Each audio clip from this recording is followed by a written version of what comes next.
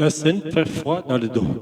Jeudi soir, 20h, trois hommes, capuche sur la tête, s'attaquent au conducteur d'une camionnette qui appelle à l'aide.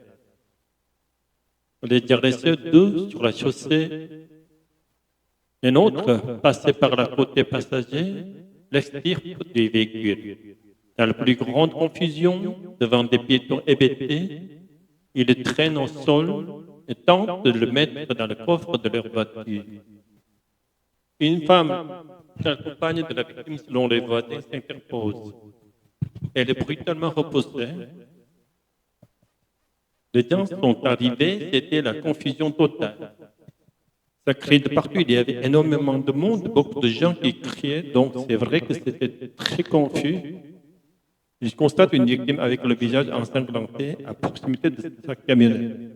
Les policiers de la BAC, en patrouille à proximité, sont parvenus à interpeller deux des trois agresseurs. Un homme de 21 ans qui habite à Gonesse, un autre de 22 ans de Clamart, en région parisienne. Tous les deux sont connus pour vol et violence. Le troisième est toujours recherché. Les faux policiers portaient sur eux une montre de luxe volée à leur victime, une arme de poing, une lampe laser, des liens de serrage et de faux brassards de police qu'on distingue bien sur l'image avec le revolver. La victime est un homme de 40 ans. Il habite en face du lieu de l'agression. Ce n'est pas la première fois qu'il est visé, selon les voisins. C'est quelqu'un qui habite dans la résidence depuis plusieurs années. C'est un père de famille qui a été agressé il y a entre 12 et 18 mois. Le maire de la ville, Jean-Baptiste Borsali, s'inquiète du mode opératoire des malfaiteurs. Dans cette rue-là, il y a des magasins, il y a des grandes surfaces, il y a des stations de bus. Donc à 20 heures, il y a énormément de monde. Ça montre surtout que la société est très, très violente. L'enquête devrait élucider les motivations des agresseurs et déterminer pourquoi leurs victimes étaient ciblées. Les cibles, des bars et des salles de concert de la capitale. Un projet d'attentat à Paris, déjoué par les services de renseignement, annonce le parquet national antiterroriste. Trois femmes ont été mises en examen et placées en détention provisoire. Elles sont âgées de 18, 19 et 21 ans. Le groupe échangeait des messages sur les réseaux sociaux avec des propos radicaux. Les trois femmes se seraient rencontrées au moins une fois physiquement. Ils étaient alors déjà surveillés par les services de renseignement. Une opération a été déclenchée le 7 octobre dernier. Trois interpellations simultanées ont eu lieu à Vierzon dans le Cher, à Lyon et à Villeurbanne. On y est, à ce stade, le degré de préparation du projet d'attentat. La plus jeune avait 17 ans lorsqu'elle a commencé à entrer en contact avec les deux autres. Selon son avocat, l'adolescente était loin d'un passage à l'acte. Je ne vois pas dans le dossier à l'heure actuelle d'éléments matériels comme des messages, des vidéos, des photos qui prouveraient une allégeance à l'État islamique, une connaissance du projet ou une volonté de passage à l'acte concrète. Les deux autres mises en cause ont même dit aux enquêteurs qu'effectivement, elles ne leur en avaient jamais parlé. Selon nos informations, la jeune femme était déscolarisée, se serait radicalisée sur les réseaux sociaux.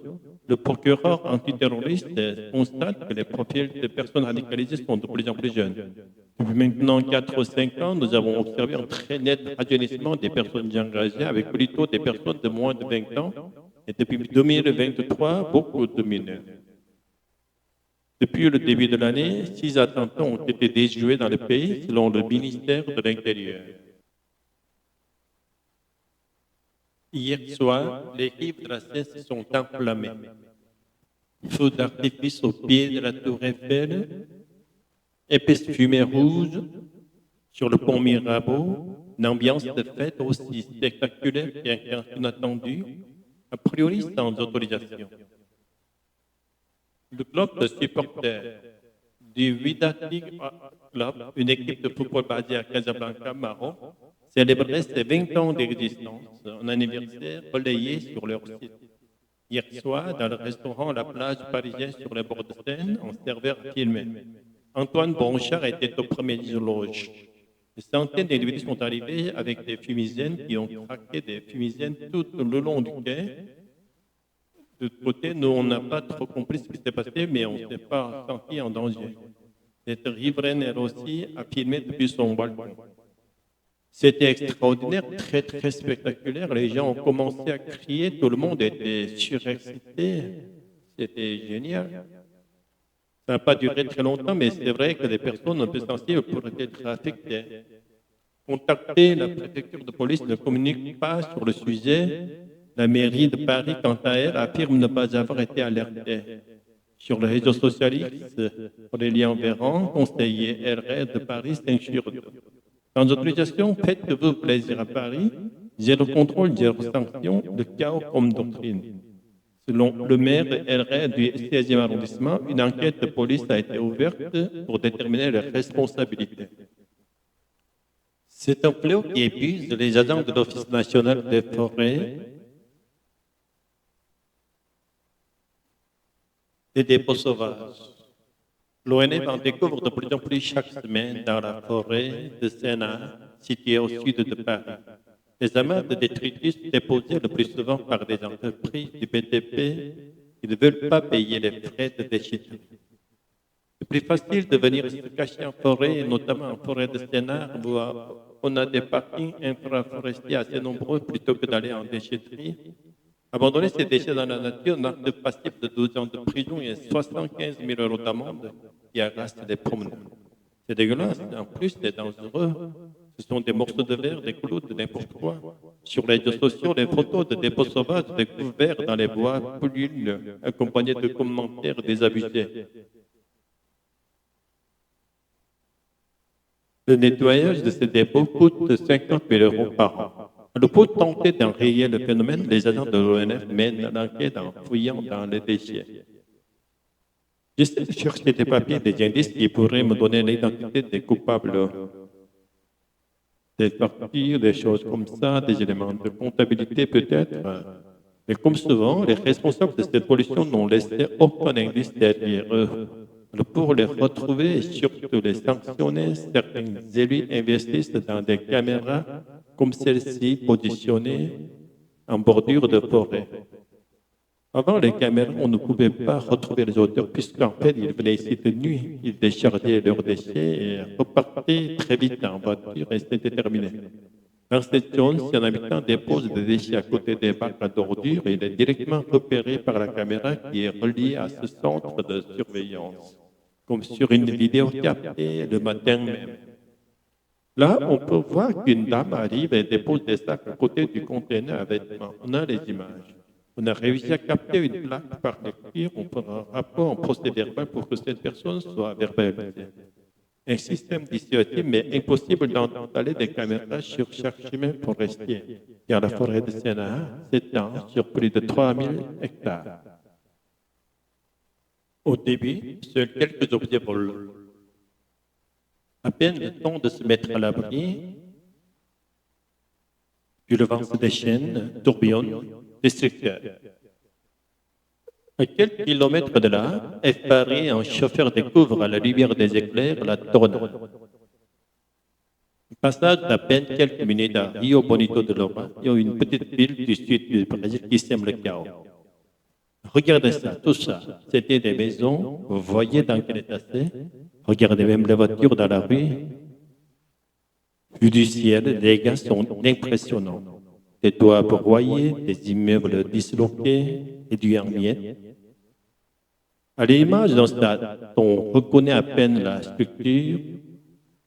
Même les bâtiments les plus solides n'ont pas résisté. Tout s'est effondré, absolument tout. C'était une maison solide, construite en dur. Tout est parfait, complètement détruit. Plus de 400 blessés, au moins 6 morts sont à déplorer. Beaucoup n'ont pas eu le temps de retrouver un abri car les tornades sont très difficiles à prévoir. Parfois, dans des temps orageux, ce phénomène se produit, l'air chaud du sol est aspiré vers le haut, l'effort contraint descend des nuages. Les deux flux s'enroulent et la rotation crée la tornade. Avec le réchauffement climatique, ces phénomènes sont de plus en plus violents. Hier au Brésil, les vents ont atteint 250 km/h, 90% de la ville de Rio Bonito a été détruite. L'image est effroyable. Une chaussette détrempée,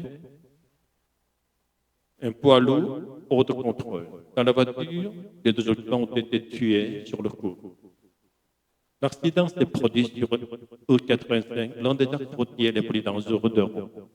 Pas d'une semaine sans un nouveau crash. Cette route nationale très fréquentée. qui relie les Pays-Bas à travers toute la Roumanie. C'est une voie majeure du pays. Les chiffres donnés par les autorités sont stupéfiants. Plus de 800 personnes sont mortes ici en 10 ans, sans parler des milliers de blessés. Une hécatombe filmée régulièrement par des caméras embarquées.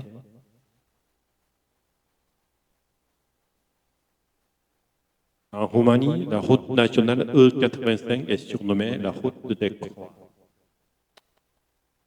À peine arrivé, première difficulté, la circulation est très dense par endroits. Les croisements sont dangereux. Un peu plus loin, nous constatons déjà un accident, un accrochage entre une voiture et un camion. C'est toujours la même chose, une attention des conducteurs, tout le monde est pressé. Il y a quelques mois, sur E85, Bogdan Constantin a échappé de justesse à une mort certaine. L'autre conducteur venait de là, il a perdu le contrôle, il m'est rentré dedans en contresens. Le choc a été frontal. J'ai encore en tête le son produit par l'impact et la douleur insupportable ressentie à la jambe droite. Sur le 85, les glissières de sécurité sont absentes. De plus, pour aussi les vieux chauffeurs de poids lourds, la route est trop étroite. Dans cette vidéo, les véhicules sont obligés de prendre un virage. Il n'y a en fait qu'une seule voie dans chaque sens. Donc nous, les camions, sommes souvent obligés d'empiéter sur la bande d'arrêt d'urgence sur le côté. Pour les villages traversés et leurs habitants, le danger est permanent. Cet agriculteur en charrette a survécu miraculeusement à un accident, blessé mais vivant. Faire du vélo ici est risqué. Oui, c'est très dangereux. Je passe tout le temps par ici. Chaque jour, quand je vais au travail, il faut vraiment faire attention. La vitesse est l'autre fléau, la 85. Ce conducteur n'est pas conscient de la dangerosité. Honnêtement, je ne m'en suis pas trop rendu compte. Je roule très bien normalement, je n'ai jamais eu d'amende. Face à l'ampleur de la tragédie, les autorités ont installé quelques ronds-points, des parapets en béton par endroits et misent sur l'ouverture d'une autoroute pour désengorger le trafic. Suite à ces mesures, la mortalité a baissé sur les routes roumaines. Et pour les associations de prévention, beaucoup reste à faire pour changer aussi les comportements à risque de certains automobilistes roumains. De leur futur bébé, Marie et son conjoint ne se lassent pas pour connaître le sexe de leur bébé avant la fin du 3e mois de grossesse. Pas question pour eux d'attendre l'échographie avec leur médecin. Ils sont donc allés dans un certain centre faire une échographie dite de plaisir. On achète un souvenir. Sur une clé USB, des centaines d'images en couleur, parfois même en 3D, de tout pour 70 €. Plus de personnes faire ce type d'échographie. Pour nous, c'était clair, on voulait faire ça directement. En France, les échographies de plaisir sont pourtant interdites. Mais sur les réseaux sociaux, les futurs parents sont nombreux à partager leurs expériences. Personnes qui ressemblent parfois en salon, les couples découvrent le sexe de leur bébé. Avec qui c'est la lumière qui change. Les formules, tous les prix. Sur ce site, 100 € pour un film et des photos 3D sur un site, et jusqu'à 280 € pour 3 séances. Des images réalisées en toute illégalité par des personnes n'étant pas autorisées d'y former. Nous avons contacté plusieurs de ces centres, aucun n'a accepté de recevoir les journalistes, mais ils ont réussi à joindre par téléphone l'un des propriétaires qui ignore qu'elle est enregistrée. Je n'ai pas de plan B.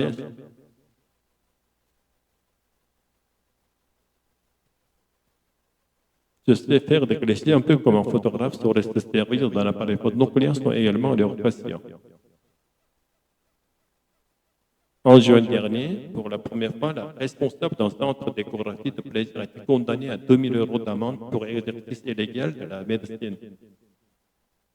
Seuls les professionnels de la santé habilités sont autorisés à faire des échographies en France, comme Déborah Perrault, sage-femme et échographiste. Chaque rendez-vous suit un protocole précis. Une checklist à compléter avec une trentaine d'organes et sous-organes à regarder. Ça reste un examen médical avec un objectif. Pour elles, les échographies de plaisir peuvent, dans certains cas, s'avérer traumatisantes pour les parents. Les parents qui pourraient potentiellement découvrir quelque chose sur le visage de leur bébé qu'ils auraient peut-être découvert plus tard dans des conditions plus adaptées, on pourrait se dire que ce n'est pas grave, mais ça reste quand même un choc pour les parents. Et qu'en est-il de la dangerosité de ces échographies de plaisir pour les fœtus? L'ordre des sages-femmes dénonce les pratiques non médicales. Beaucoup se prennent pour des photographes, sauf que l'échographie n'est pas de la photographie, d'accord? C'est un dispositif médical, on envoie des ultrasons. À ce jour, aucune donnée ne prouve que les échographies sont dangereuses pour les fœtus, mais la haute autorité de santé préconise de limiter les durées d'exposition aux ultrasons.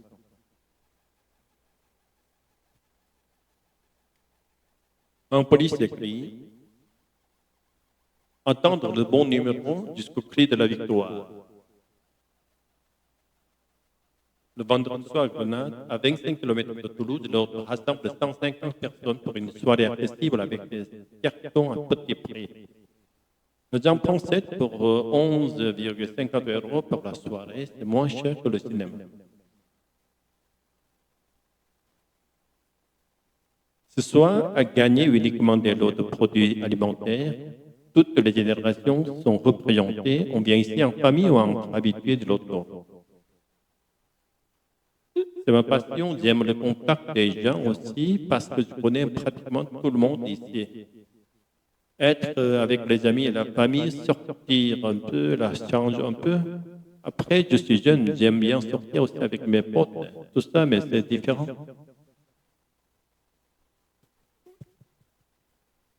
12 parties silence, concentration et suspense pour réussir à compléter ces grilles.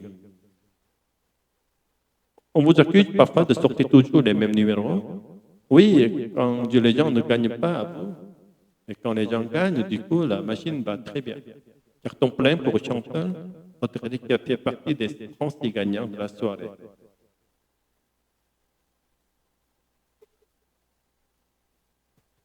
J'ai gagné. Rôti de porc. La soirée est gagnée. Les lots remis en fin de soirée proviennent de commerçants locaux, de quoi remplir son frigo. De l'huile, des conserves, du lait, oh là là. C'est bon pour regarder la télévision, des petites gaufrettes le soir, il y en a pour la semaine, c'est un vrai plus pour nous.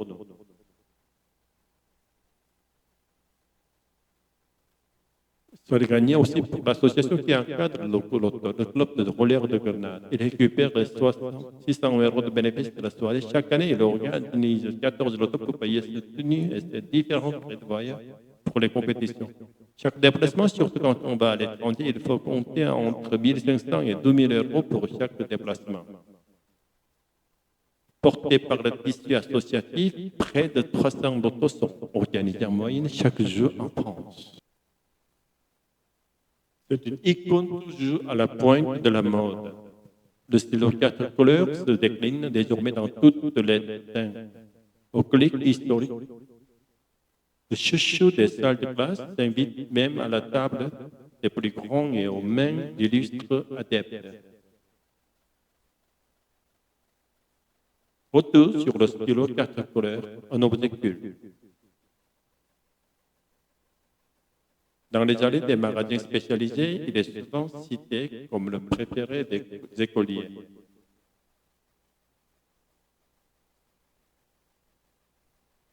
Pour les plus âgés, surtout un outil d'organisation.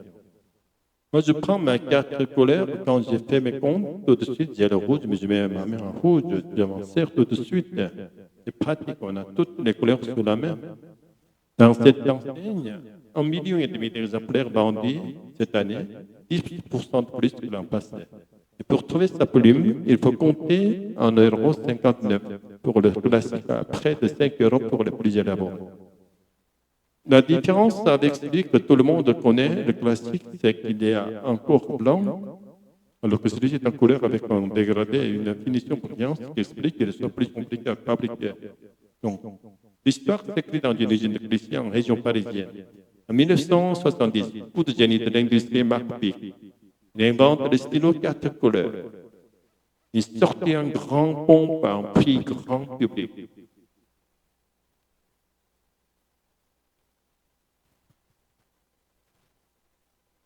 La recette du succès n'a presque pas bougé depuis toutes ces années.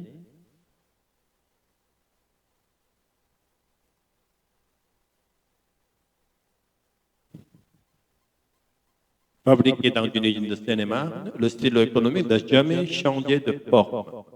14 cm de long, 1 cm de diamètre pour à peine 12 grammes de plastique. Une version légèrement allégée, optimisée depuis 12 ans. Nous avions l'ancien format avec une agrafe qui était pleine à l'époque, mais qui est désormais évitée. Cette économie de plastique faite nous permet de fabriquer 2,5 millions de 4 couleurs. Autre changement, les collections temporaires. En 15 ans, elles ont permis à la marque de doubler son chiffre d'affaires en France. Les stylos déclinés dans leur version luxe. Le prix de ce modèle anneau serti de 202 diamants fait couler de l'encre. 24 500 euros. Accumuler les 4 couleurs inédites, c'est même devenu une passion pour Joseph Andrea Merion. En cas d'évacuation, les premières choses que je prendrais, ce serait le Bic 4 couleurs, sauver la collection. Une collection commencée il y a tout juste un an, j'en ai 348.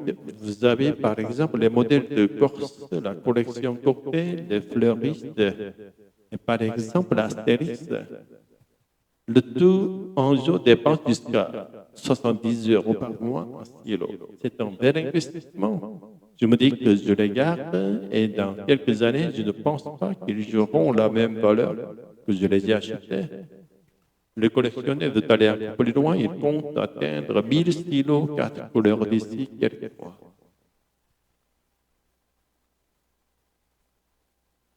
Ces images sont devenues récurrentes un peu partout en Italie. Les éboulements sur les façades des églises et monuments se multiplient. Un morceau de marbre se détache du poche d'une église en plein cœur de Rome. Un fronton s'effrite sur des touristes à Palerme, provoquant quelques blessés légers et impression à chaque fois de frôler la catastrophe. Jusqu'à lundi, où l'effondrement de cette tour médiévale a conduit au drame avec la mort de l'un des ouvriers qui travaillaient à sa rénovation. De quoi susciter l'inquiétude de dizaines de milliers de touristes qui parcourent chaque jour le forum romain. Si c'est arrivé une fois, alors ça peut se reproduire. Je vais peut-être m'éloigner un peu des ruines et m'assurer que je suis en sécurité. Une inquiétude partagée par Michel Campissi, architecte, qui nous conduit à quelques mètres de la tour endommagée, devant cette villa de 6 000 m2 construite au XVIe siècle. Regardez, les fenêtres sont ouvertes, complètement ouvertes. Cette villa est abandonnée depuis 50 ans. Alors qu'à l'intérieur se trouvent des fresques du peintre Giscari, qui est très important. C'est dangereux. Avec son association, l'architecte a recensé plus de 430 monuments en péril partout en Italie. Des témoignages de l'Antiquité comme une portion du mur d'Aurélien, construit au IIIe siècle, totalement abandonné. Alors que l'Italie concentre le plus grand nombre de monuments classés au patrimoine mondial de l'UNESCO, les derniers gouvernements, y compris celui de Giorgia Meloni, n'ont cessé de réduire le budget alloué à leur entretien pour y accorder aujourd'hui moins d'argent public que les autres pays européens. 8% du PIB était dédié à la culture et au patrimoine en 2023 contre 1,2% en moyenne pour le reste de l'Europe. C'était l'UNESCO elle-même a également demandé à l'Italie d'investir massivement et d'élaborer une stratégie claire pour mieux protéger son patrimoine et développer le tourisme culturel. Elle semble plus vraie que nature, ne passe pas inaperçue. Des pâtisseries en trompe-l'œil qui bousculent les pupilles autant que les papilles. C'est magnifique, exquis, c'est une œuvre d'art. Gousses de vanille, cacahuètes, mangues sont sculptées et façonnées pour bluffer les sens. Bienvenue dans un monde culinaire où ce que l'on mange n'est pas toujours ce que l'on croit. Dans ce restaurant parisien, on voit tout à l'envers.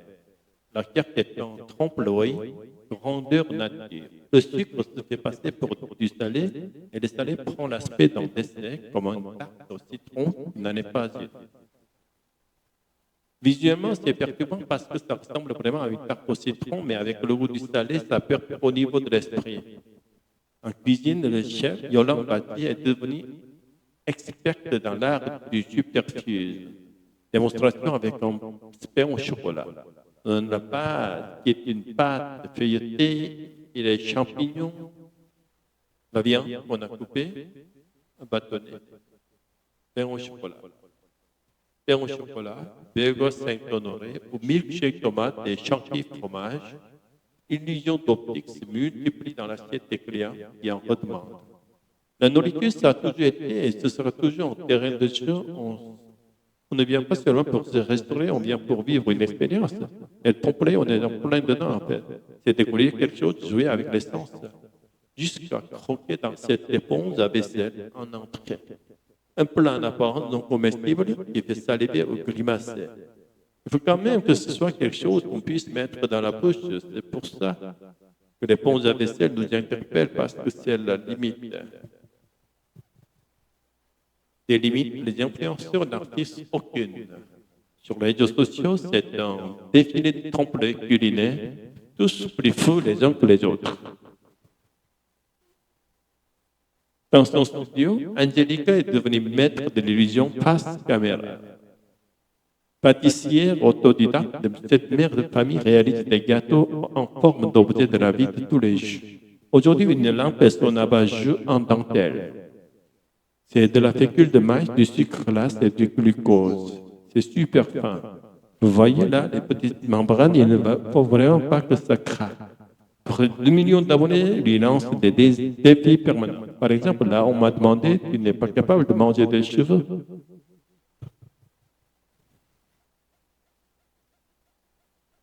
Je tombe le ciré de certains articles de l'intelligence artificielle. Ça m'a mis ce genre de commentaires. C'est pour eux, Cédria, c'est que je les ai bluffés. L'art du blanc pour tenir son public en haleine jusqu'au coup de dents final. Qu'est-ce que vous leur vendez aux millions de gens qui vous suivent du rêve, de la magie, de la gourmandise, bien évidemment? Ces créations sont éphémères, mais Angelica en fait son pain quotidien. Grâce à ses partenariats commerciaux, sa petite entreprise ne connaît pas la crise. Et ça, ce n'est pas un trompe-l'œil.